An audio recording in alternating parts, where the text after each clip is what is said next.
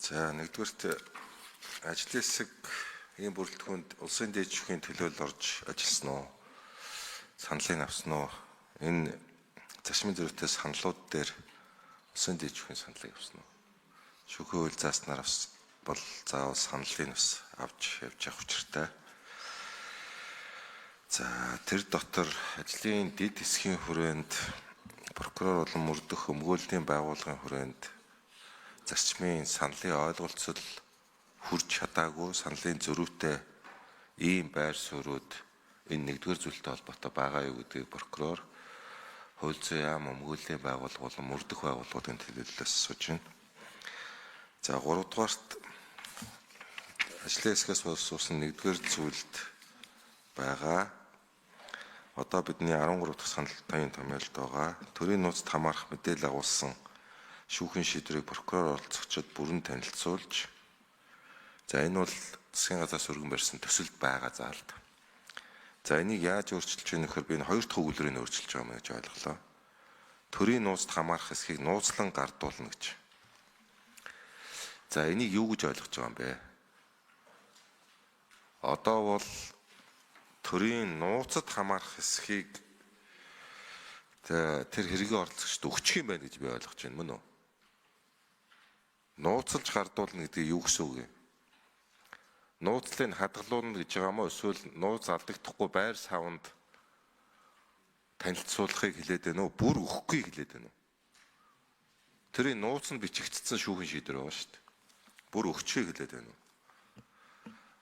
За 10 жилийн өмнө шиг санаж байна. Манай нэг засгийн газрын гишүүн төрийн маш нууцын зэрэгтэй шүүхийн шийдвэрийг шууд нэвтрүүлэгт оролцох үеэрээ гаргажижсэн. За тэр дотор нь манай тагнуулын байгууллагын нууц ажилтны нэр бичигдсэн харагдажсэн. Тэр шүүхийн шийдвэр дотор манай одоо тагнуулын байгууллагын маш нууц ажилтны нэрийг гаргах зээл болгоцсон. Улмаар тэр ажилтны амь нас, эрүүл мэнд, ар гэрийн байдал, онц аюултай эрсдэлд орж исэн асуудал гарч ирсэн. Тэгэхээр энэ шүүхийн шийдвэрийн нууцлан гардуулан өгнө гэдгийг юу гэж ойлгож байгаа юм бэ? Тэрийг бүр мөсөн өгөөд тэр шүүхийн шийдвэрээ аваад гэртээ хадгалаад байхыг хэлээд байгаа мó? Буцааж өгөхийг хэлээд байгаа мó танилцчаад? Энийг яг юу гэж ойлгож ажлын хэсэг оруулж ирж байгаа юм бэ гэсэн асуулт. За ажлын хэсгээс сайн зэрэг гишүүний микрофон өгөөе. За инквайри гишүүний одоо хоёр асуултанд би хариулъя. Нэгдүгээр улсын дээд шүүхээс бас засгийн газраас өргөн барих шатандаа бол бас тодорхой саналуудыг авч хууль зүйн дотоод хэргийн яам дээр байдаг байнгын ажлын хэсгээр хилцүүлсэн гэж одоо бас ойлгож байгаа.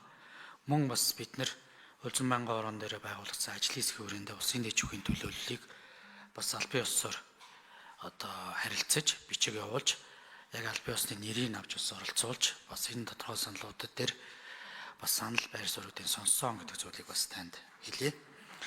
За хоёрдугаар асуулт ажлын хэсгээс хариулах бах. За гурав дахь асуултын хувьд бол энэ төслийн 1-р зүйлийн 24 дахь заалтыг бид нар бол өөрснөө хариулж орж ирж байгаа. За 24-р зүйл дээр энэ төрийн нууцд хамаарах мэдээллийг агуулсан шүүхийн шийдвэрийг прокурор оролцогч бүрэн танилцуулж асуудал байгаа. За энэ хэсэг бол агуулгын хувьд өөрчлөгдөөгүй боловч орж ирсэн төсөл дээр тэр хэсгийг хасч хэвлэн прокурор оролцогчд гардуулна гэж үг байсан. Тэр хэсгийг хасна. Тэгэхээр өөрөөр хэлэх юм бол яллах дүгнэлтийг одоо тэнд төрийн нууц хамаарах юм бол яллах дүгнэлтийг бүрэн танилцуулчаад яг цаасаар өгж байгаа буюу гардуулах хэсэг дээр болохоор одоо делит хийж гардуулах асуудал байдаг. За практик дээр бас зүгээр гэдэг юм амьдрал дээр юу байдаг гэхээр яллах дүгнэлт нь буюу хавц тэрэгт байгаа нэг зузаан байгаад байдаг. Яг нөгөө хэргийн оролцогчд гардаж авсан материал нь бол ийм нэмгэн зүйл ч гэдэм үү. Намайг ерөөсөө ийм зүйлээр ялж байгаа ч гэдэм үү. Сүүлд ингээд бас энийг янз бүрийн байдлаар ашигладаг тохиолдол байдаг. Тэгэхээр бидэд энийг юу вэ гэхээр ерөн зүгээр яг яллах дүгнэлтийн хэмжээ одоо янз бүрийн байдал бол агуулга ерөөсөө өөрчлөгдөж болохгүй. Тийм учраас техникийн хувьд энийг нууцлан буюу одоо энэ програм хангамжийн хувьд угаасаа ингээд тэр бичвэр текстийг дараад харлуулад өгчих болцоо байд юм байна.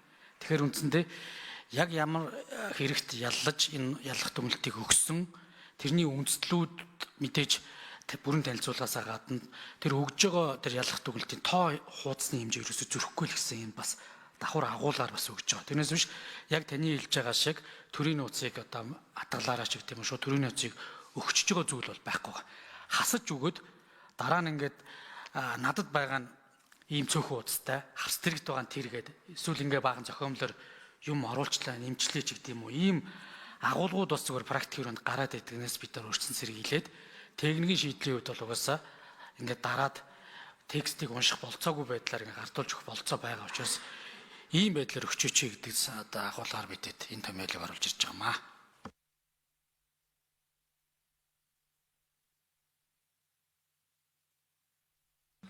За ажлын хэсгээс 2 дугаар асуулт байсан баг та. 2 дугаар микрофоныг өгье.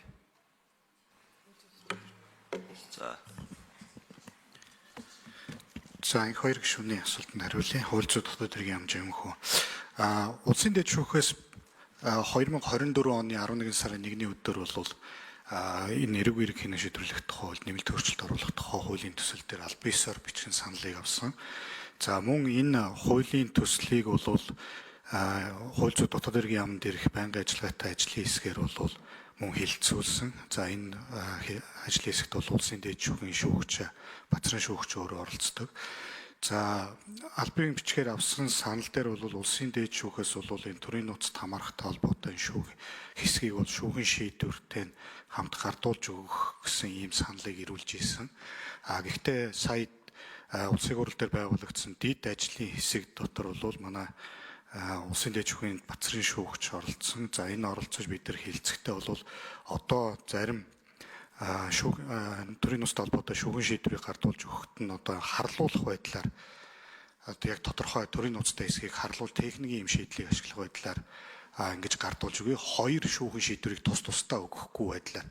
За мөн энэтэй ялгаагүй бас энэ бол ялах дүгнэлт бол мөн адилхан бас яригдж байгаа. Энэ дээр бол ялах дүгнэлтэн дээр орсон төрийн нууцтай холбоотой хэсгийг бол мөн адилхан техникийн шийдлийн өрөөнд бол энэ харлуулах байдлаар харлуулад ингээд оролцогчдод гардуулж өгөх гэсэн ийм томьёолоор бол дэд ажлын хэсэг бол санал хураагаад дэмжиж ингээд том ажлаар хэсгээр хилцсэн байгаа. За энэ хэрэгшин микрофоныг өгье тодруулъя. Яг би бол засгийн газраас өргөн барьсан төслийн хуулийг яг энэ төрийн нууцт хамаарах хэсгийн тухайд бол дэмжинэ. Төрийн нууцт хамаарах хэсгийг нууцлан гардуулан өгнө гэдгийг бол ажлын хэсэг бол харлуулж агаад гардуулж өгнө гэж тайлбарлаж байгаа юм байна. Тэ. Нууцлан гэдэг үгийг бол дээр нь харагдахгүй болгож жагаад гэж тайлбарлаж байгаа юм байна. За энийг протоколд одоо хатуу бичиж ойлгохгүй бол хууль хэрэглэн дээр дараа нь одоо нас нуглаа үүсэхүй гэсэн болгоомжлол байна. Уг нь дахиад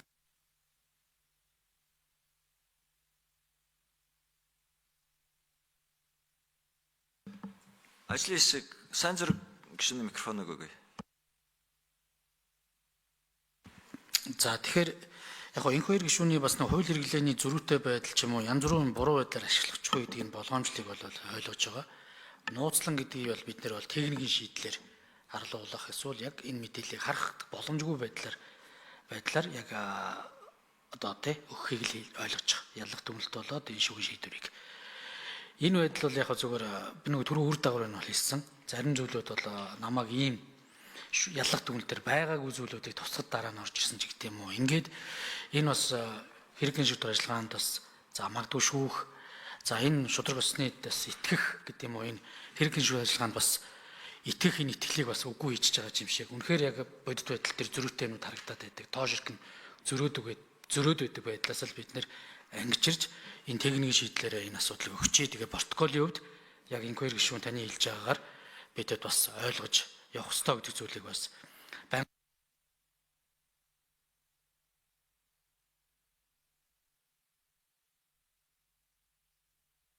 асууц асуух юм байгаа.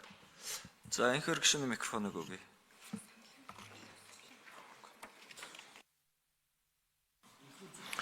За яг ер нь бол хууль зүйн байнгын ороо бол эрүүгийн болон эрүүгийн процессын хуулийн ийм хэмжээний том өөрчлөлтийн асуудлаар ядаж нэг дотроо бүгдийг нь оролцуулж байгаад нэг хилцүүл хийцэн бол их зүгээр байсан.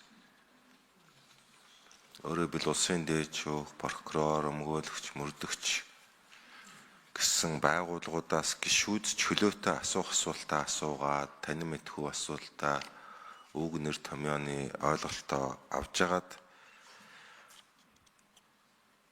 их хурл руу оруулаад уг нь их зүгээр байгаа юм.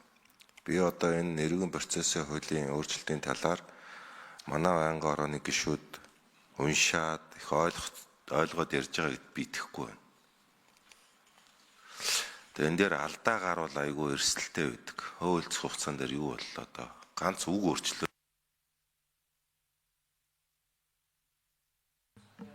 За сайн зэрэг гişүн. Микрофон өгье. За яг одоо бидэд бас холбогдох дэгийн үеийн дагуу уг хууль дээр гишүүдийгээ бас чөлөөтэй оролцох байдалтай хууль зүйн байнгын орооноос стейкхолдер байгуул буюу ашиг сонирхол гэдэг юм уу энийг хэрэглэх байгууллагууд энэ бүгдийг оролцуулаад байнгын ороо хилцүүлэх хийсэн. За би одоо он сарын нь бол шууд хэлж чадахгүй юм чин 5 сарын 4 сарын сүүлээр 5 сарын ихээр боллоо.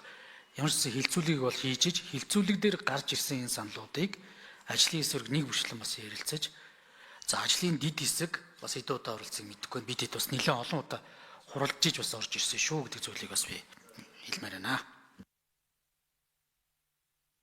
За Соронзон болд гişүн. Гэхдээ хэдүүлээ дэгээ барьж гин шүү. Би танд одоо энэ удаа өгч. Цаашдаа бол цагтаа яг өгч байгаараа саналаа.